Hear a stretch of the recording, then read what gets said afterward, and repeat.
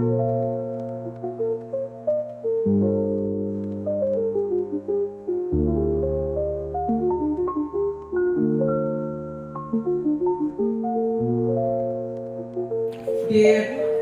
Miss Hoeweler, welcome back to Jakarta and nice to meet you. Kita sebuah hal yang luar biasa bahwa Senat Presiden Indonesia Jakarta bisa bekerja sama dengan Eko Bineka. Sejahtera untuk kita semua, Bapak Ibu. Kita mulai acara kita ini dengan berdoa. Saya tadi berpikir doa apa kira-kira yang pas untuk acara kita. I was thinking what kind of prayer that we should pray for this occasion. Ini diminta untuk 3 bahasa soalnya. So I will try to talk in 3 languages. Jadi untuk yang Muslim silakan membaca dengan membaca hamdalah.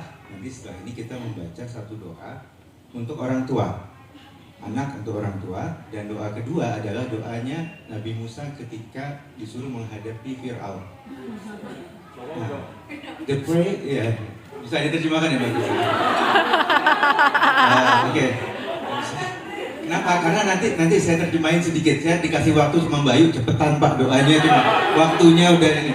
Oke, tapi salah sendiri ya menyuruh saya ke depan. Jadi Bapak Ibu, kita baca Al-Fatihah bagi yang Muslim, bagi yang non-Muslim silakan berdoa.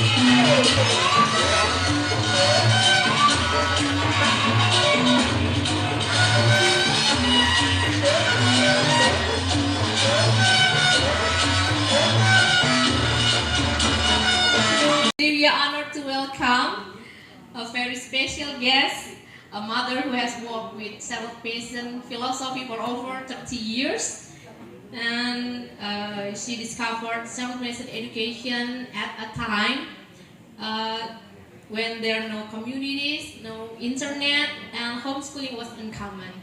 And her journey spans homeschooling, public schooling, adolescence, and real-life challenges that shape her family character.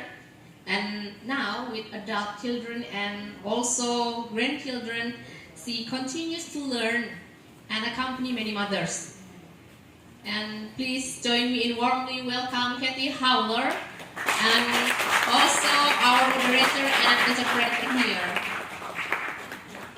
And nah, kita pengen tahu kenapa beliau memutuskan untuk sekolah pada teacher.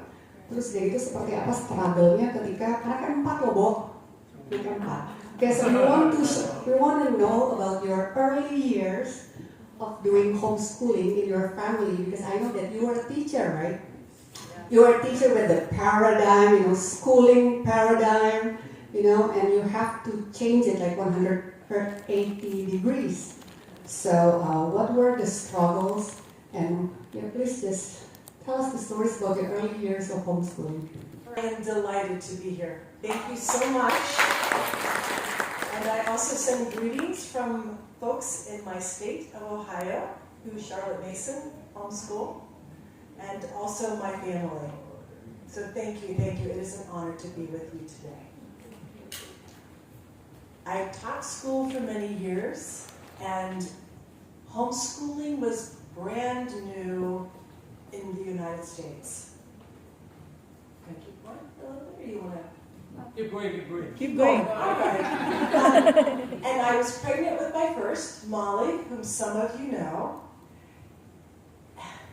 And there's something about having your own child that you begin to look at things differently.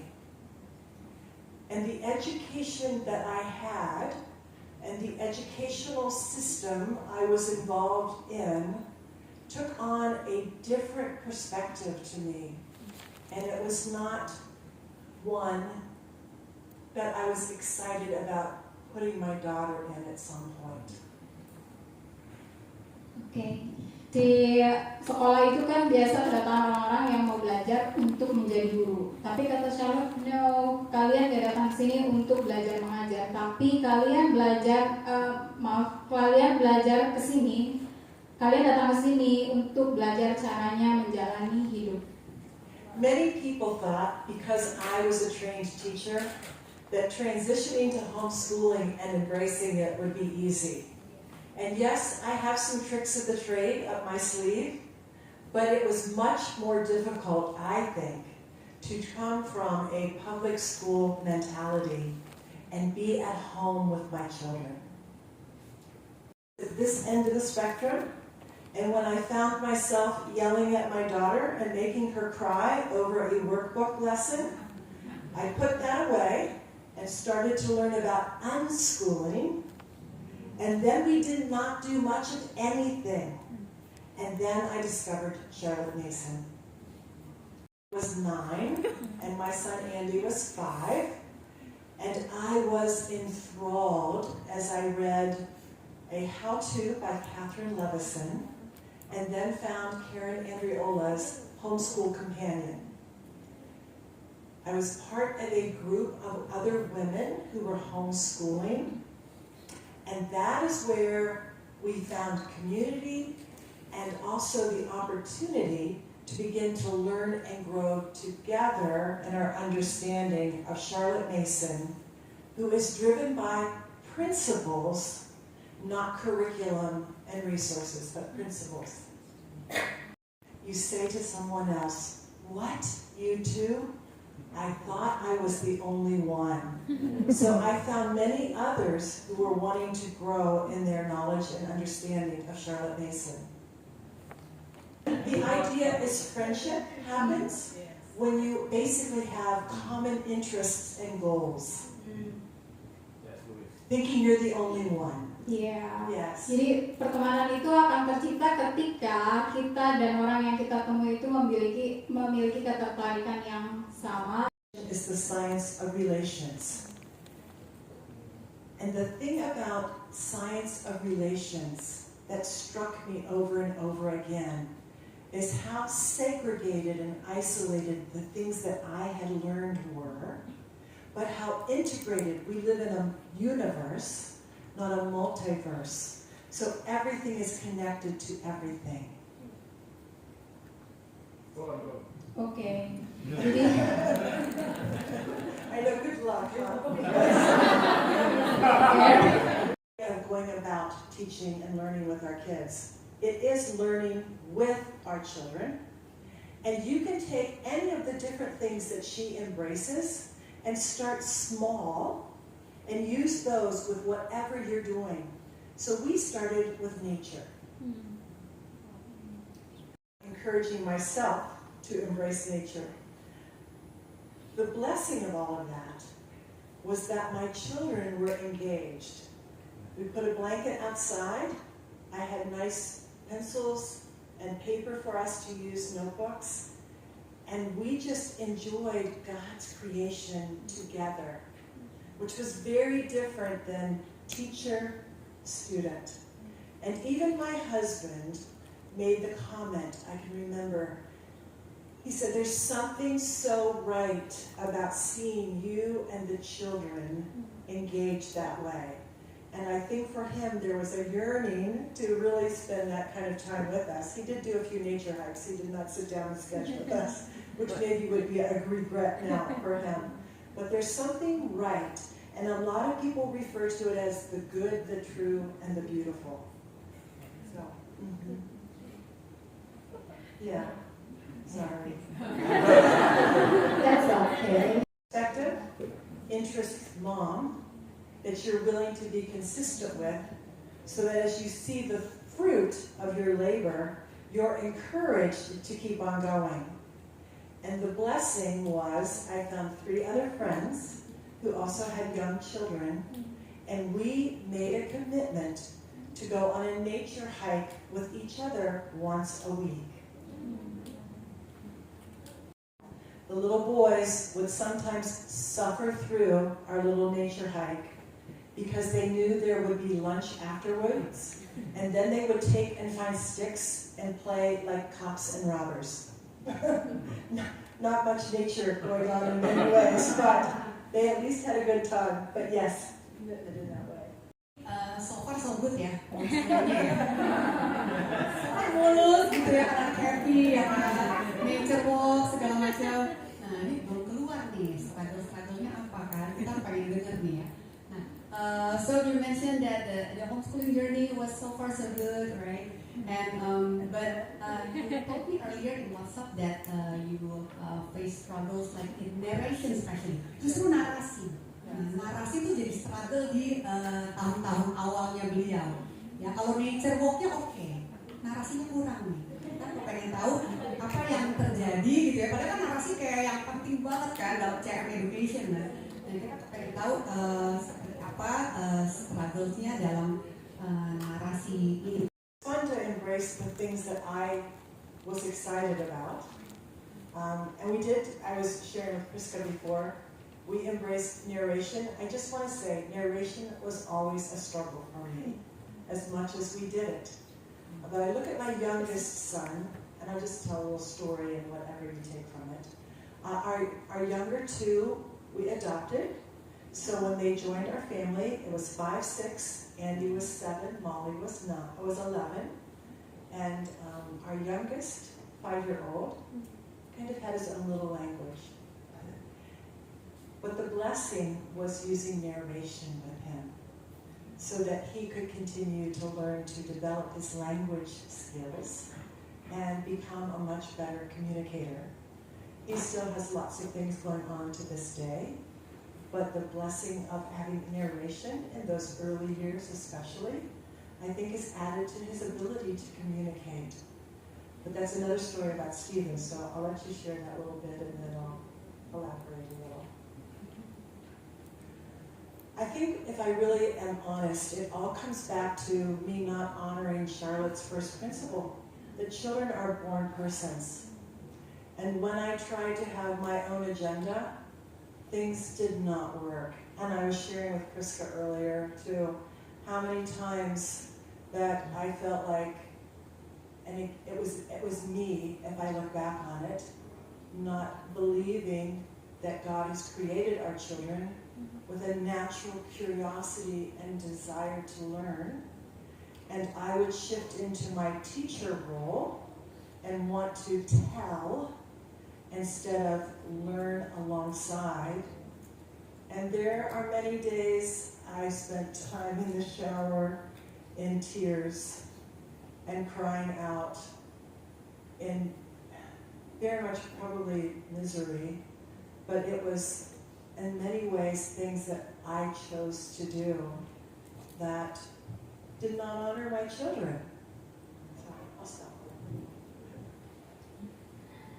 Like, ideas are for the mind. And again, it took me very long to recognize that how my children were created, if I presented living ideas in the resources that we used, their mind would take in what they needed at the time, and I did not have to be the one trying to tell them and make sure that this is what they got and needed to get from the resources that we were using. That was my problem, because as a trained teacher, I wanted to tell instead of learn alongside. That was a big struggle of mine. Talks about wisdom is knowing the right thing to do. Virtue is doing that thing. But then when we try to implement it, so many times we fail. And do we become humble, right, under God? We all have a faith in here of some kind. Do we become humble under God for Him to continue to change us, that then we're willing learners again and trying to do the right thing? And it's a continual circle. And I feel like I was not that humble person too many times. So that is my sin and my error, and I continually recognize that the space I want to be in with other people and with my God is that humble learner who's able to hear and listen, right? And then able to obey, to do. So, go ahead. To tell you the pain and the depth of how our family, there were many things that we did not do well. So our younger daughter, unfortunately, we are estranged from her. She has chosen to make many different and difficult decisions that were not healthy, and she chose to not basically be in a relationship with us. So she is missing from this photo. So my husband and I have been married 41 years now. So that's Tim in the middle. And to Tim's right is our youngest, Stephen, who, as I say, has a lot of struggles because of his birth situation in his early years. But we love being with him. My daughter, Molly, is on the bottom to my left here, I guess I would say, that some of you know, and she's married to Ben, who's behind her. And then my older son and his wife, and their little girl, Ellie. And Lauren, so Andy and Lauren is pursuing a Charlotte Mason education for my granddaughter.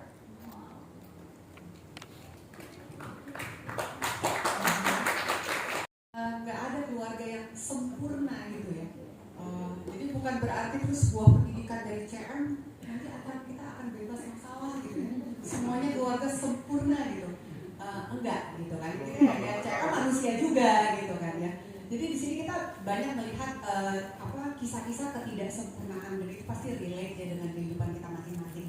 Nah mungkin kita pengen tadi kita dengar ya dari kalimat-kalimatnya Kathy, tadi Kathy ada bilang bahwa dia kayak ada regret ketika dia tidak honor, tidak bahasa Indonesia-nya tidak menghormati anak-anaknya, tidak menghormati anaknya sebagai pribadi-pribadi utuh. Tadi dia dengar ya, ada kalimat yang seperti itu. Jadi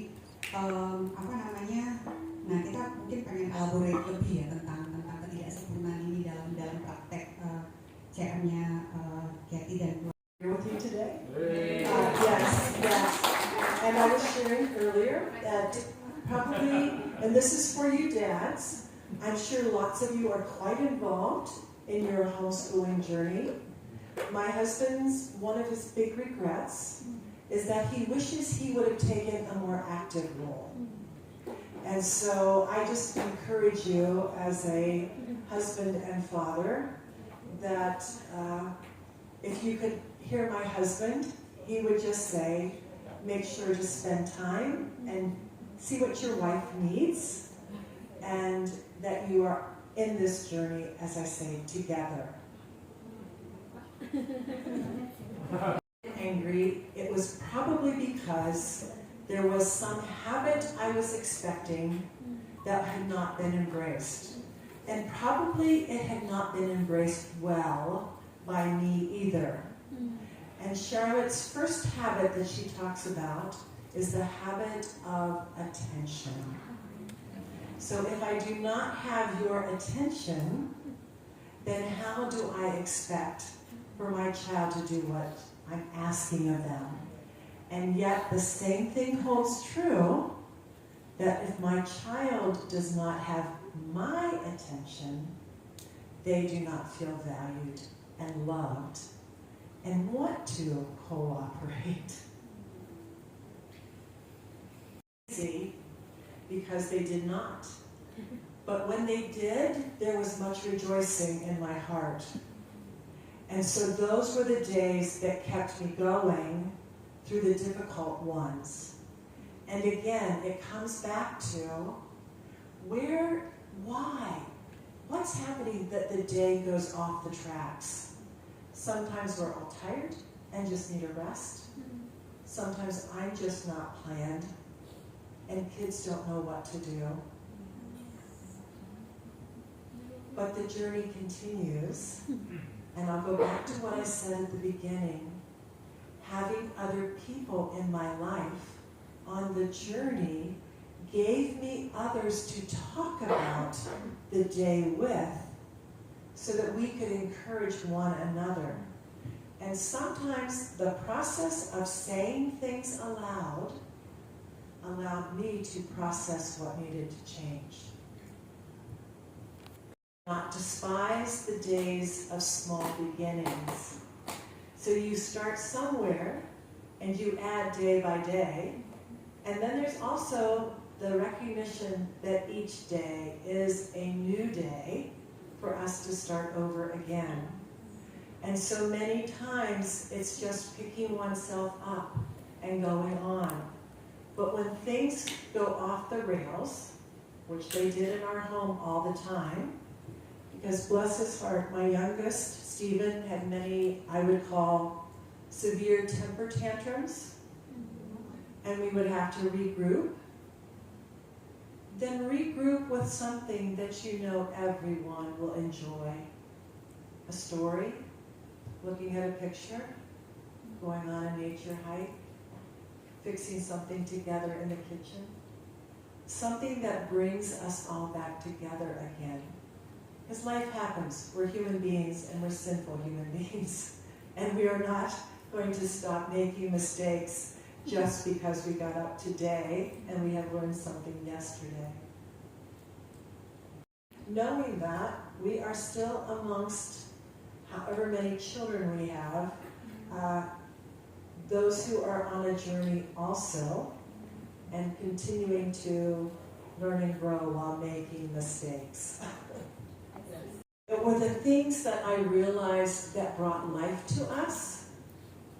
So the things like reading a delightful book and seeing all of us engaged in it. Spending time learning about some artist and enjoying going to the art museum. Or being out in God's creation and noticing things that maybe we hadn't noticed before. I believe those things are the very things that keep us putting one foot in front of the other. Things are going to go sideways. A child's not going to want to do the math lesson. A child is not going to want to come when they are called.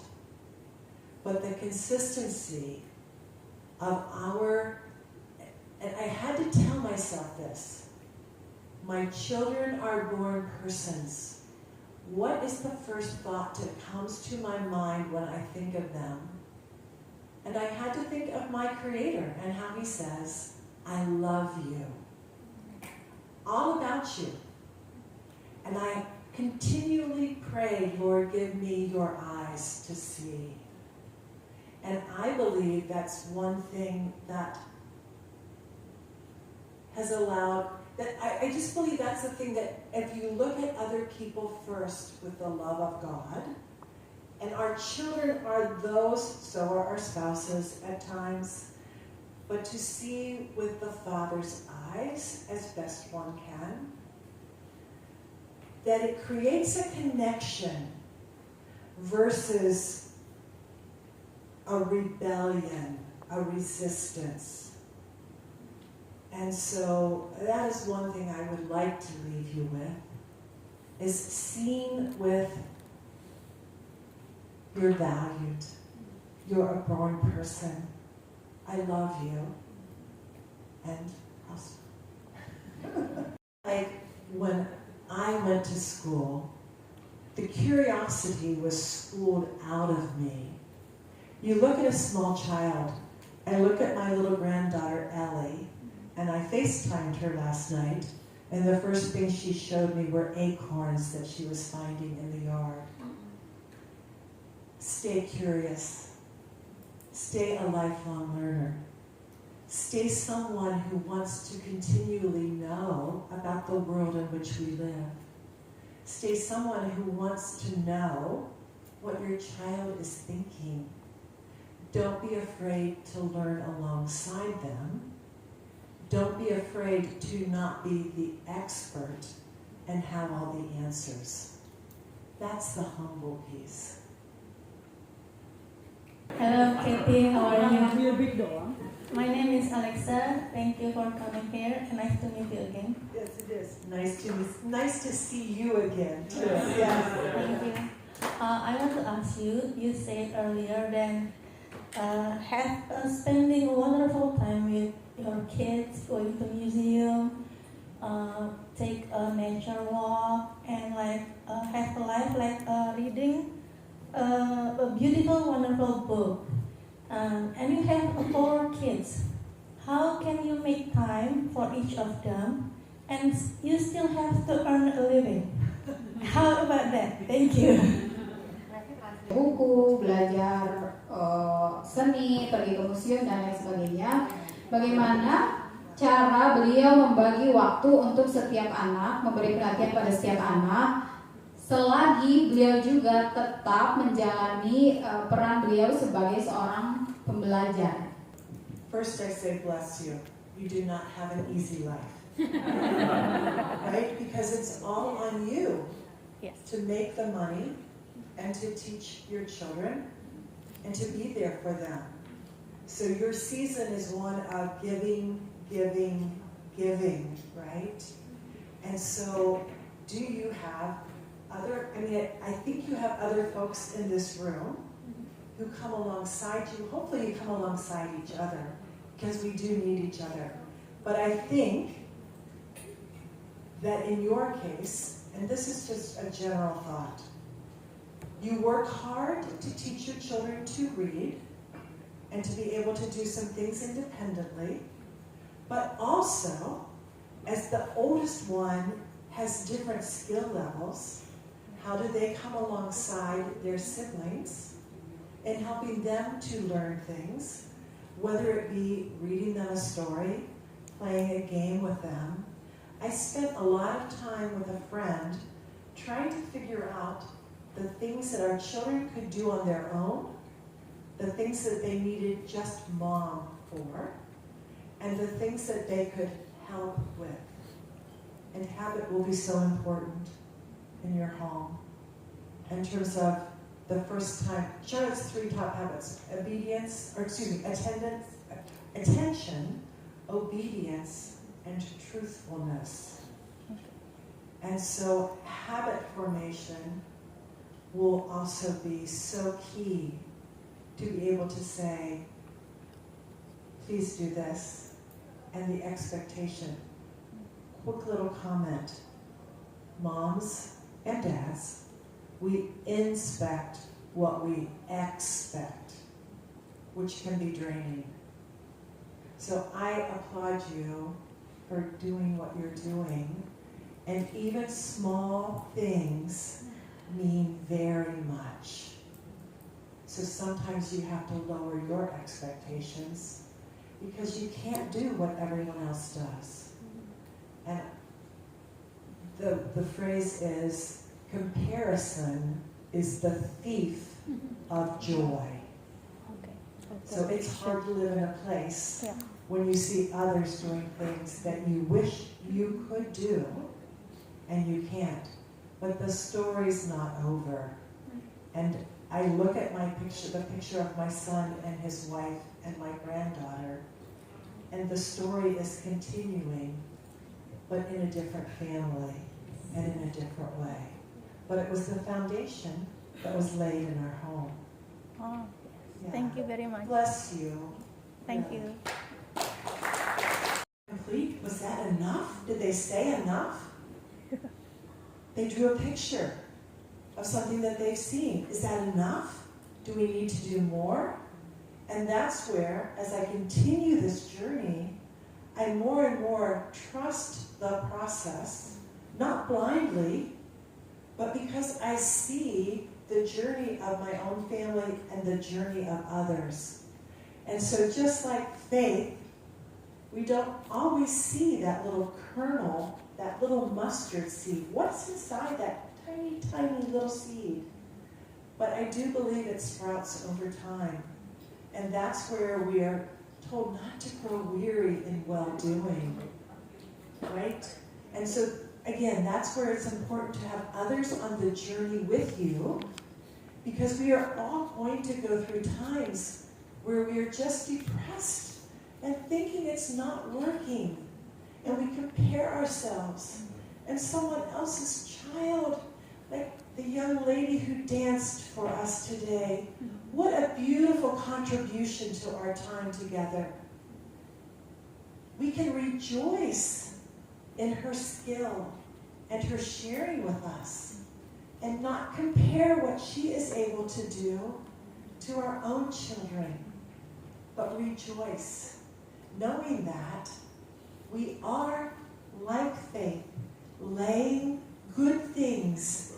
Our children are embracing good things. And again, it's a journey, not just this snapshot for today. I think that's hard in Charlotte Mason because we don't give A's and B's and flunk children. I, as the mom, how am I doing? Am I doing it right? Is my child going to succeed? And I am saying that you have to change a definition of success, maybe even. But you are giving your children a full life. We want a guarantee. And I don't think we're given guarantees. Except, depending on where we are in our faith walk, the question is, do we know that this is part of our journey and the story is not over yet? And so in my faith, I believe that this is my journey and I am growing hopefully more like God in it. But someday this world will end. There's a C.S. Lewis quote, and he wrote The Chronicles of Narnia. Do any of you read those with your children? Yes. All right. All right. I love that series. And I try to reread it like every other summer, just me, to just reread it. But in Mere Christianity, C.S. Lewis said something along the lines of, if we find ourselves yearning for a world beyond the one that we're living in, is it not possible that we were created for another world? And so in my faith, I believe that this is our journey through this, that we were separated from God long ago, and that we're hopefully returning to Him at the end. And I would use the scriptures as my book. Charlotte Mason actually was a very strong Christian, but her principles, even if you're not a person of faith, you can embrace looking at your child as a born person. You can embrace relationships and the connectedness. And that's why we use living books, ones that are full of ideas that inspire us to be virtuous, to want to tell the truth, to want to slay the dragon, to save the damsel. And so old books, right? We read lots of those and are inspired, as opposed to someone saying, do this or else. But the living idea enters us. And I believe God created us to be able to understand truth. And so I am saying the things that we bring before children and before ourselves. And so the manual is not go to the store and take this book off the shelf. The manual is us being in the scriptures. The manual is us reading fairy tales. The manual is us knowing and reading myths and Indonesian folklore. And thank you for your honesty. I think that we're all here because we probably want something better for our children than what we had. That's my assumption. That was my path. That was my journey. And when I started homeschooling, there were no homeschool graduates. Now, years ago, that's what they had to do, was teach at home, right? Yes. So this is not something new, but it is in our day and age. And I like my children. I like being with my children. They like being with each other. That says a lot. I also know that now there is a history in the United States where the proof is in the pudding is an expression we use. So in other words, we now have many, many, many thousands, hundreds of thousands of homeschool graduates. You are still wondering, does this work? And I am saying, in the United States, it works well. That children are embraced, colleges want them, they're sought after. I can't say that that will happen in Indonesia, but I would imagine it would, because we're raising children who want to know and who have developed skills at getting along with each other, and they're curious. I will make one more statement. I have not read this book by C.S. Lewis, The Chronicles of Narnia Man, but the title is Surprised by Joy. Never did I think that my older son, Andy, what kind of spouse would he choose? My daughter-in-law, Lauren, who was an English major, she loves books. Check. I'm so excited. But I am surprised over and over again by Joy at the direction that they are moving in their lives as they raise their daughter, and as my daughter-in-law Lauren has discovered Charlotte Mason. Her paradigm was grades and grade point averages and tests and placement in the class. Are you first or second? Where are you in that order? And she is growing in her new paradigm of children are born persons, and education is the science of relations. So I can only say from those that I have seen who I have traveled with, that the adults that we are growing are thriving in an adult world. Now there's always going to be some who don't, but I don't think they would have thrived in a public school education either. Give you a guarantee, right? And yet there's no guarantee if our children are in government schools. None. And I've been in education, and after I came home, this is an aside, so you don't have to translate this.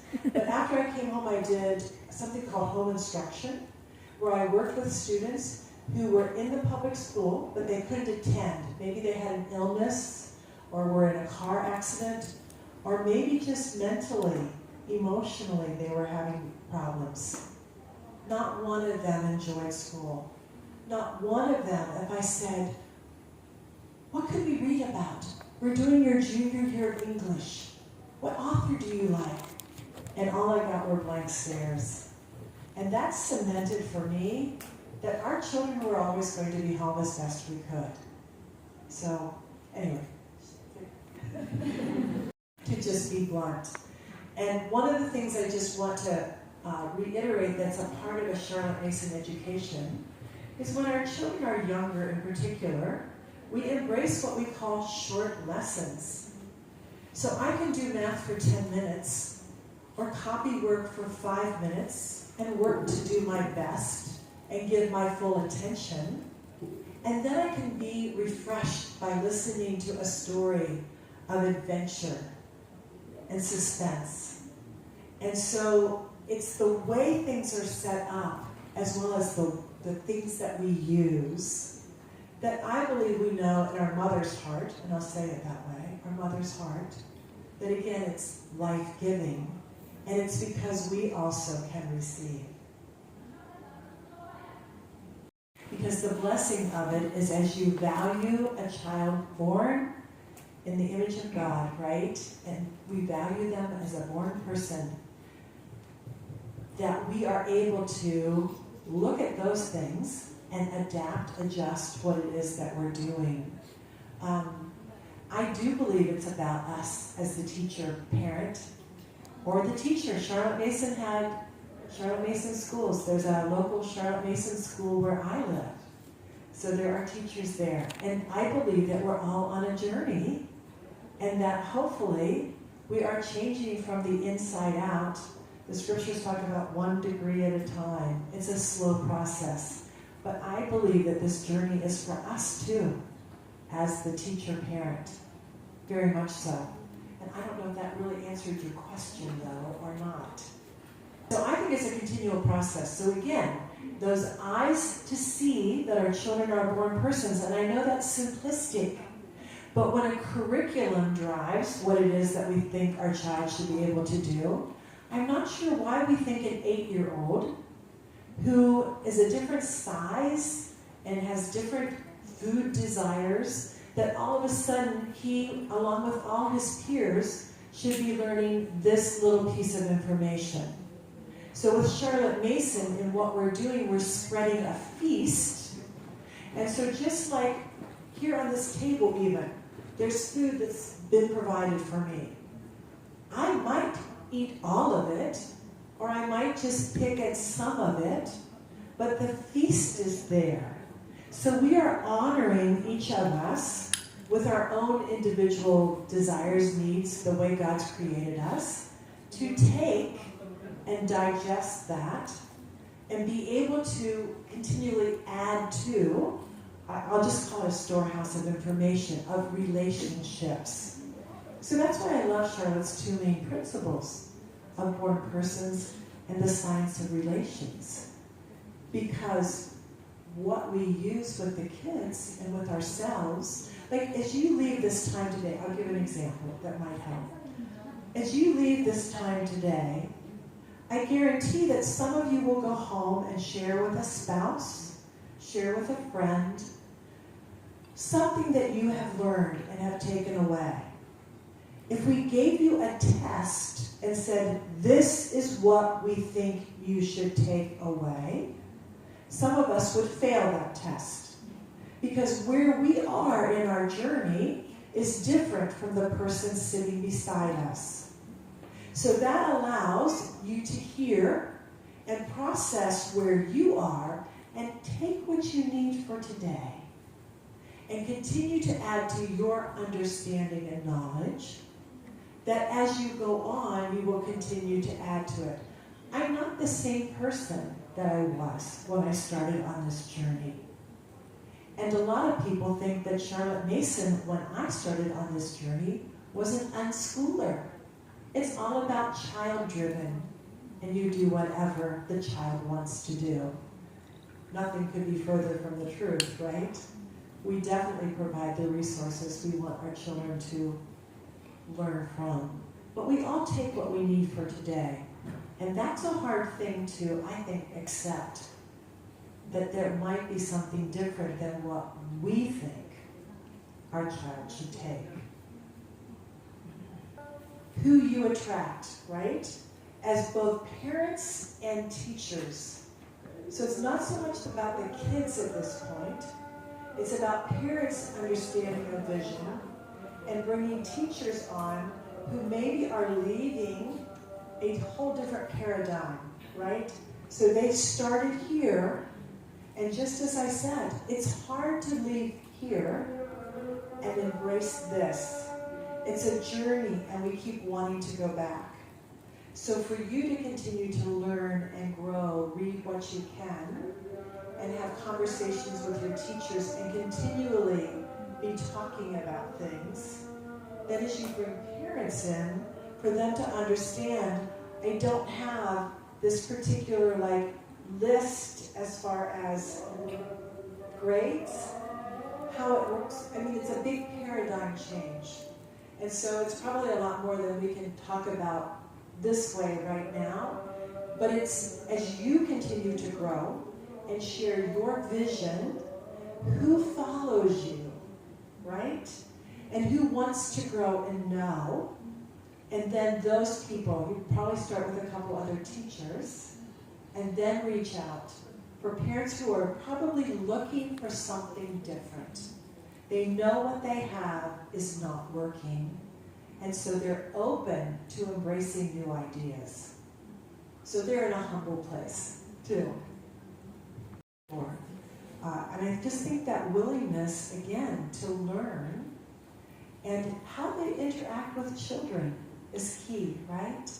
How they treat those around them. And I don't have a total list, but I think sometimes it's like when we know when something is right, and how do you put a job description out though? And that's maybe what you're asking. And so maybe it's those character qualities that you're looking for, a curious, humble learner, the opportunity, the ability to just want to cooperate with others in a new journey is really what you're looking at. So it's exciting what you're thinking about doing. And just to be frank, we need you. We need people who are willing to take and in a more structured situation of a school to embrace this, because not all of us can homeschool because of our circumstances. So I'm very thankful for the Charlotte Mason School that is close to me.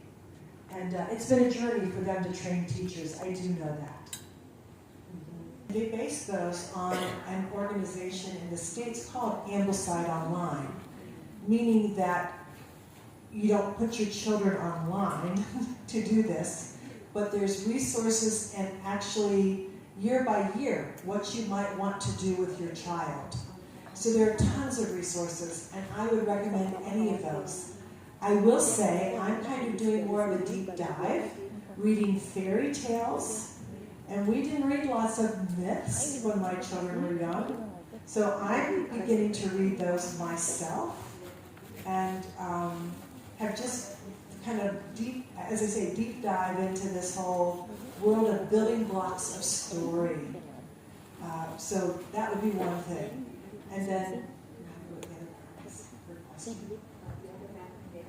yes, so I did when I left the public school world and realized that this was not working in our home. Do the workbook page, read the story, answer the questions. Then I went to unschooling, which was basically totally child-driven, which does work for some. And then I feel like Charlotte Mason was more that classical in the middle.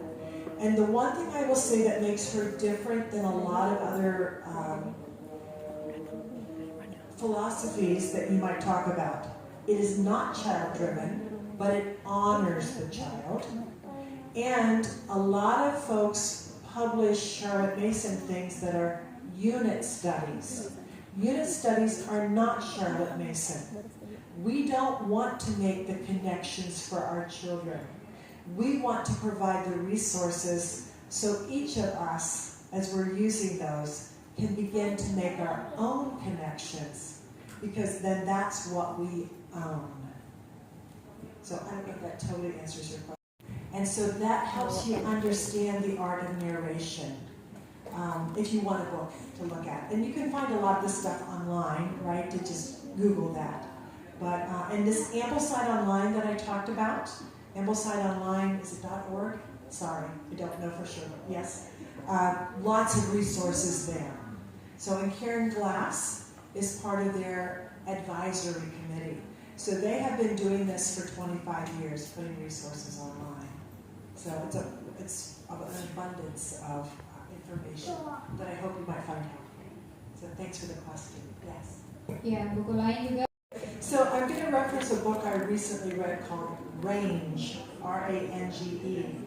And it took a couple athletes, the ones that from a young age too, just focused on their sport, versus the young one who just went all different directions in terms of learning about life. And then as a teenager, 16, 17, began to focus on the sport. The 2-year-old was a train wreck as an adult. Tiger Woods happens to be the name of the young man.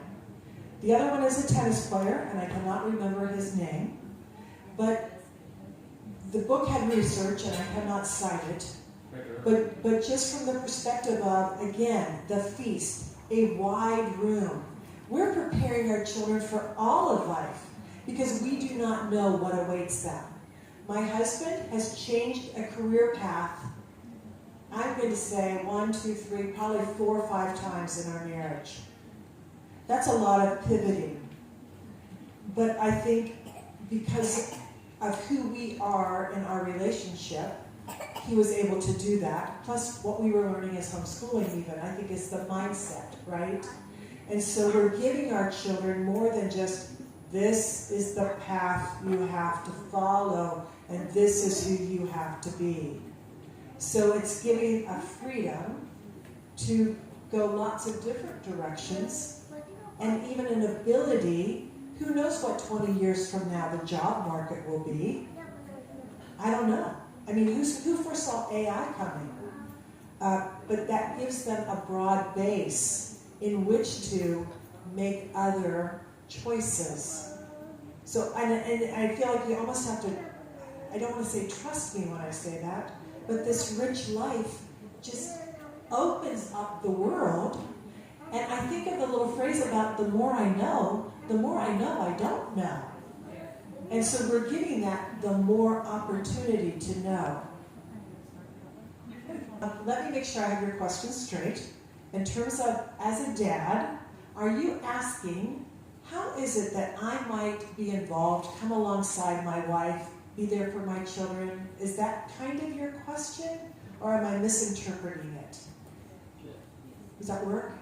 All right, so I'll speak to the dads in the rooms, and hopefully for you that are the wives, I'm not saying something that you wouldn't want me to say for you. Your support means everything. You're a cheerleader in terms of you're helping us look at the crashes and burns from the day and pick the pieces up and putting us back and saying, you can do this. All right, so you're our encouragement, our cheerleader. And sometimes you step in and give us some moments to go be by ourselves, and you parent the children. The other thing, and you and I had a brief conversation about this in the car, and I said this a little bit earlier, my husband's saying how he wishes that he would have maybe done some things differently. So it might have been involved with us as we're sitting doing something together, but I think he also sees that as our children got older, he might have been the one that would have been better to step in and take over the math. So I just say that as someone who, I look at the math that our 2 oldest in particular, and I think he probably would have been a better choice for that.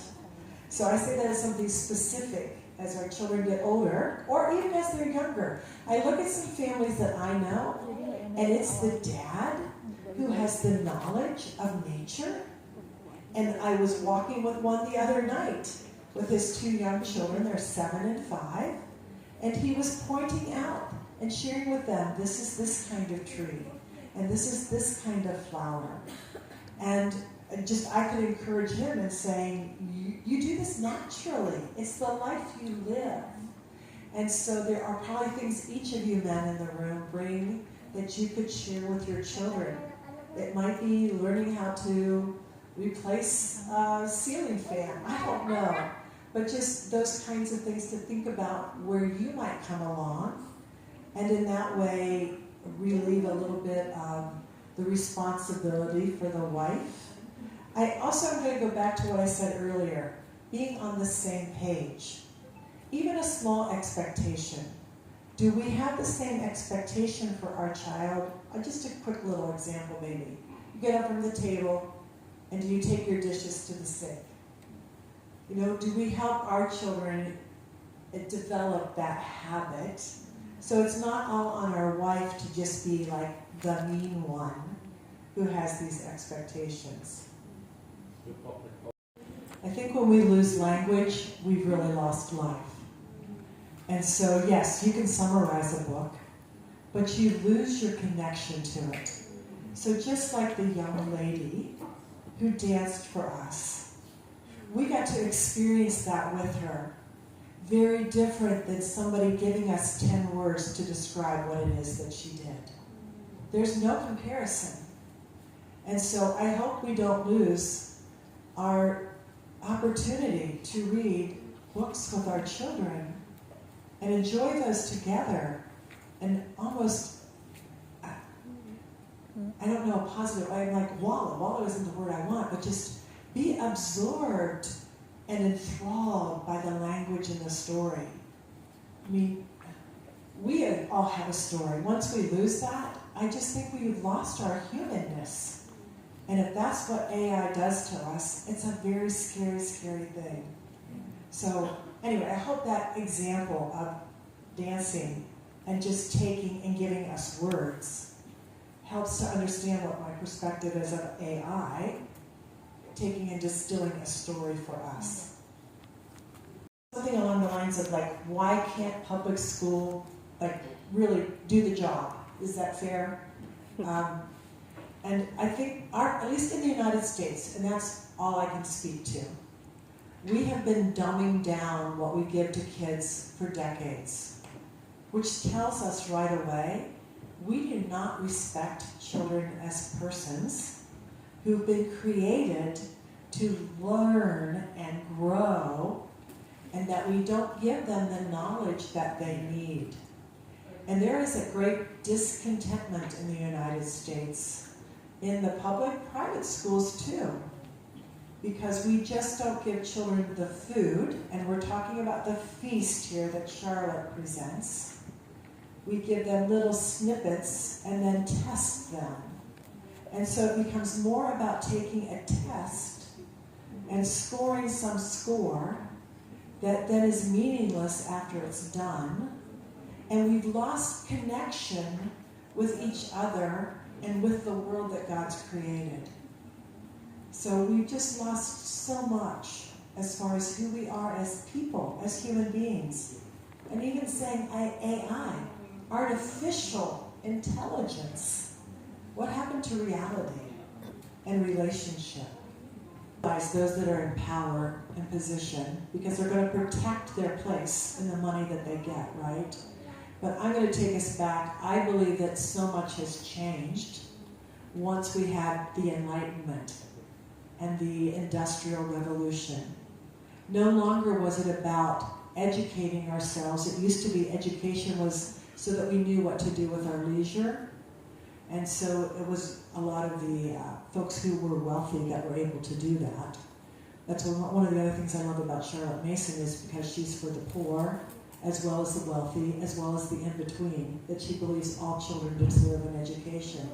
But with the Enlightenment came the whole idea that we're no longer like spiritual in the sense of there are things that exist that are beyond our power to actually explain.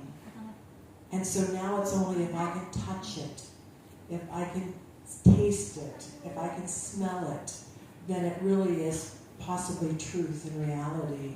And that's another whole conversation, I recognize. But I feel like, at least in the United States, we have been going down ever since then, because our form of education became something to educate the masses so that they can work.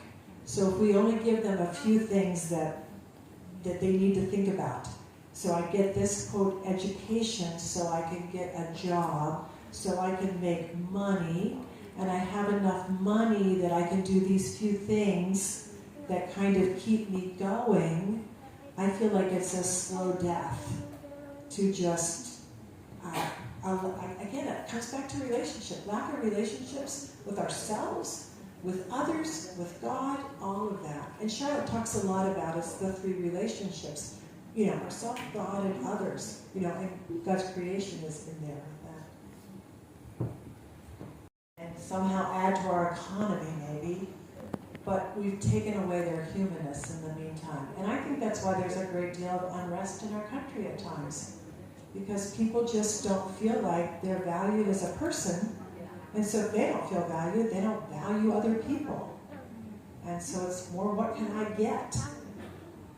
Emang benar-benar education tuh is a fake ya. Benar-benar kita nggak bisa macam filosofi education yang lain yang kelihatan gitu ya, resultnya depan mata. Ini nggak bisa gitu ya. That's the bad news ya guys. Nggak bisa. Tapi ya good newsnya adalah ternyata goal dari education ini adalah jauh lebih besar dari sekedar bisa kerja di perusahaan yang terbaik. Ternyata goalnya jauh lebih besar dari bisa kaya raya atau punya follower banyak. Ada satu goal yang jauh lebih besar dari itu ternyata. Nah itu good newsnya gitu ya. Dan bukan hanya dampaknya buat anak-anak kita, tapi ternyata buat kita loh, buat kita sebagai manusia gitu. Nah ada dua kata dari Kathy, you said never arrive ya. Kathy bilang kita memang belum nyampe, kita masih dalam journey gitu. Nah boleh nggak kita dengar sharing penutupnya dari Kathy ya? Some closing words to leave you with this morning that are never arriving. I think over and over again, it's just reminding ourselves it's a journey. And we have to put one foot in front of the other and rejoice in our successes and what we're doing with our children. And again, I think we know when there's something going on that's right. It's like there's this truth within us that connects with it. And we know when we see our child light up and are excited about something and they share with us because they bubble over, we know that that's right. Now, it doesn't mean that the math lesson still doesn't need to be done, and that the copy work doesn't still need to be taken care of. But I'll say what I said before in terms of short lessons. I think it's a growing of recognizing when to push, when to pull back, when to come alongside. And one of the things that was so helpful for me, and my children were much older, and I'm sure Charlotte would embrace this, but I'm like my child's ally. I want them to know I'm on their side. And that takes away a whole lot of conflict. We're not in opposite camps opposing each other. We're journeying together. And so I just, again, want to encourage, it's each of us are on our own journey in a sense. Because this is about us too. And I think sometimes the journey is almost more about us and us knowing, I'm going to just say, like the right thing to do and walking in it, than it is about our children. Because as we learn and grow, I really think they continue to learn and grow. And I'm sure some of you have heard this. This is not original to Charlotte. But she says, sow a thought, reap an act. Sow an act, reap a habit. Sow a habit, reap a character. And without even trying, you reap your own destiny. It starts with our thoughts. And so I'm sitting here thinking, is my cup half full or is it half empty? And just what thought do you want to reflect on? And that's why I said to you, I love Charlotte's first principle of children are born persons. To continue to reflect on the gifts that God has given me in my children and in my spouse, and try to be in that thankful space.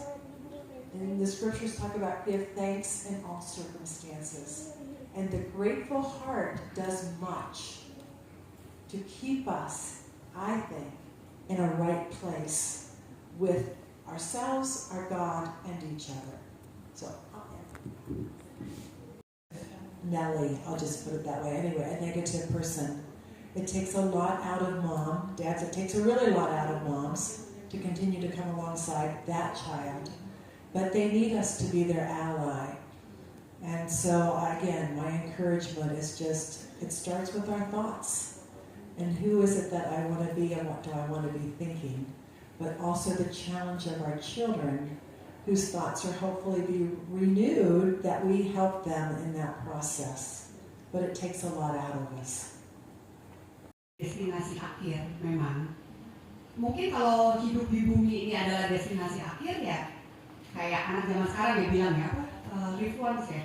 Lu cuma hidup sekali, ya udah ya nggak sih, kumpulin duit sebanyak-banyaknya, have fun, gak usah mikirin apa akhirat segala macam kan gitu kan kalau bahasa anak zaman sekarang. Cuman kan kepercayaannya beda. Dia punya destinasi yang lain, bukan di hidup yang sekarang, tapi untuk hidup yang akan datang. Dan itu sebenarnya destinasi akhirnya Kathy. Makanya dia bisa bilang, ya udah kalaupun di bumi ini gue banyak tantangan, banyak tribulation, ya udah nggak apa-apa, aku akan keep going. Itu sih. And again, I think it's a great question, and I think our faith has to answer a lot of that. Because otherwise, why don't we just all give up? There's a lot of things I look back on and I say, was I trying to mold her into my image instead of who it was God created her? And I won't necessarily know the answer to that question. But she's also a born person who gets to make her own decisions. And the decision that she made was to be estranged from us. So we tried to make a way for her to come back, and she chose not to. So it is a hard thing, but there's a point where you say she's an adult, and she has to make her own choices. And one learns and grows, and sometimes we can go back and correct the past, and other times we just have to continue moving forward and hope and pray that something changes in the future. So I still say the story isn't totally written, and this is a chapter that has not had a happy ending yet, but I think the chapter is still open in some ways. So yes, and I share that story. I don't always share that story with folks, but it seemed appropriate today because I think so many of us think that, and we chatted here a little bit. We have our Instagram and social media influence that makes us think everyone else has a perfect life because they present the perfectionism via social media. But that's not who the person necessarily is behind the mask that they presented. So my hope was to be just real with you today and share I have faults and defeats, and my own error of judgment and sin definitely has consequences for other people too. And where my own sin blended into my daughter's, and it was then, she has to take responsibility for her own actions. So, anyway, I just appreciate the idea that even though we all fail miserably at times, again, we're there to hopefully help pick each other up, dust each other off, and send us back into the arena, so to speak. And so I hope from today, and I know this isn't the closing time, but I hope from today that you've been able to be encouraged by one another, recognizing that you're not the only one, that someone else has your struggles, and yet at the same time, you can be excited for their successes. So I'm going to just share this. Teddy Roosevelt was a president, and there's a famous speech by him, but I'm just going to share the very end, and it says, who at the worst, if he fails, at least fails while daring greatly, so that his place shall never be with those cold and timid souls who neither know victory nor defeat. So I don't know if that makes total sense, but just, we're in the arena, guys. And sometimes we are taken out a little bit. But at the same time, we're growing and learning, and putting one foot in front of the other, and hopefully with our Father's help, that we continue moving in a forward path. So now who's going to interpret what I just said? To revisit and reimagine that this is something that you can do and do easily when you go home with your children. Ya, ini salah satu praktek Charlotte Mason yang bisa dilakukan oleh orang tua.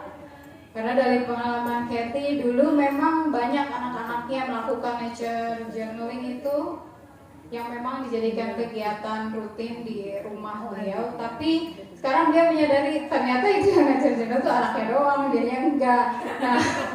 Nah katanya sekarang beliau mau mengajak kita sebagai orang tua untuk bisa melakukan nature journaling sebagai salah satu pilihan yang bisa kita lakukan.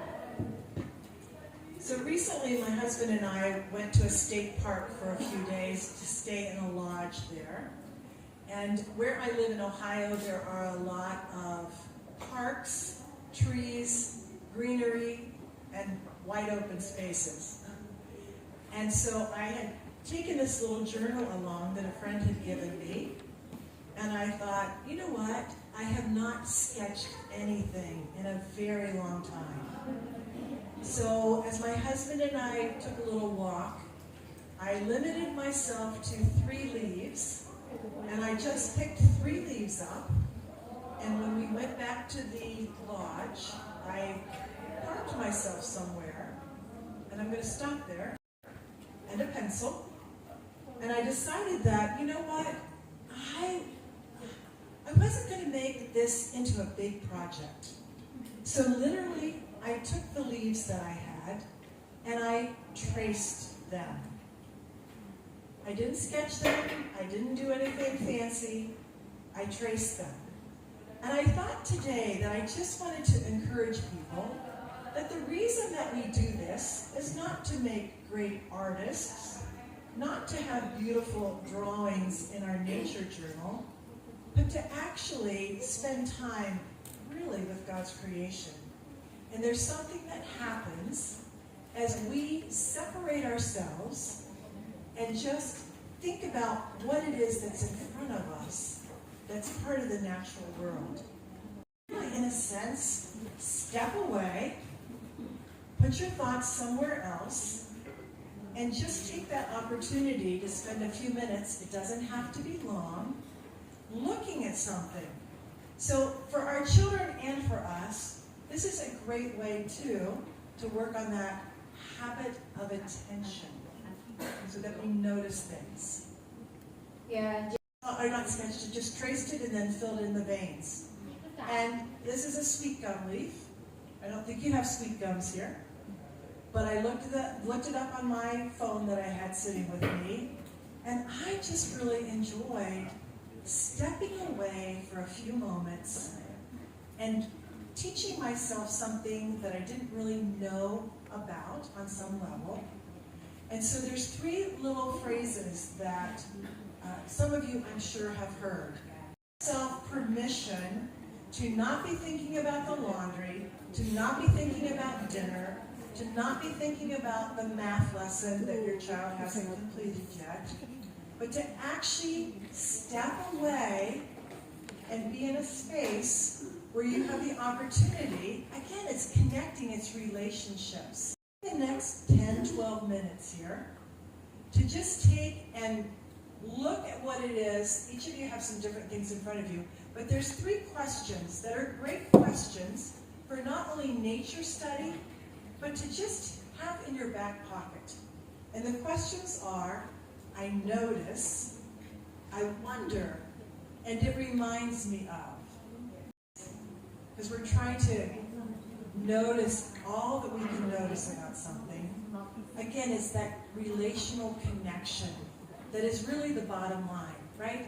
Science, or education is the science of relations. So it's another opportunity to have a relationship with something. We think we even help little kids do. I would propose, and one of the books I brought that Karen Glass wrote, Charlotte Mason in the Classical Tradition, we don't want analysis, we want synthesis. So we want to see how things go together, and nature study continues to help us do that. The life cycle of a frog. And in our home, we were blessed with living in the country for a period of time where we could watch frogs lay eggs and turn into tadpoles. And we even had an aquarium in our home that we could watch the tadpoles grow. And these were bullfrog ones. They were huge. But so, synthesis, seeing how things are put together, not analysis, taking things apart. So I'm going to share something from Christina Rossetti. She's an English-American type author. She wrote a lot of children's poetry. I'm going to share one with you that goes along with nature. It's called Clouds. White sheep on a blue hill. When the wind stops, you all stand still. When the wind blows, you walk away slow. White sheep, where do you go? So that's what I'm teaching my 3-year-old granddaughter right now. But I wanted to share one that's an adult one of hers. Ya, karya Christina Rossetti. Apakah jalan ini menanjak sepanjang hari? Ya, sampai ke ujung sana. Apakah perjalanan ini akan memakan seluruh hari? Dari fajar hingga malam, sahabatku. Dan adakah tempat beristirahat kala malam tiba? Ada atap saat gelap perlahan datang. Apakah kelam akan menutupi tempat itu dari pandanganku? Pengalaman itu tak akan luput darimu. Akankah kutemui para pejalan lain di malam hari? Ya, mereka yang lebih dulu menapaki perjalanan ini. Haruskah aku mengetuk atau memanggil dari kejauhan? Mereka tak akan membiarkanmu berdiri lama di depan pintu. Akankah kutemukan penghiburan, lelah dan rapuh di perjalanan? Segala jerih akan menemukan hasilnya. Adakah ranjang untukku dan untuk semua yang mencari? Ya, ranjang bagi siapapun yang datang. Terima kasih. Dear Carrie, this hand-woven pashmina comes from the island of Tanimbar in the Maluku region of Indonesia. It was lovingly crafted by local weavers using natural dyes from plants and roots found on their land. Like all handmade things, it carries the quiet rhythm of patience and devotions. A small reflection of the spirit we also find in Charlotte Mason's philosophy. Please wash it gently by hand using soap or shampoo, and it will stay for many years to come with love and gratitude. This journal is actually wrapped in Dayak hand-woven fabric from Borneo, each thread carrying stories, prayers, and colors of the forest. May it become a quiet space for your thoughts and reflections, a companion for the words, sketches, and prayers that continue your lifelong journey of learning. And may every time you open it, you remember your friends in Indonesia who walk in the same living education path with you, across oceans, yet kindred in spirit. Thank you. Yes.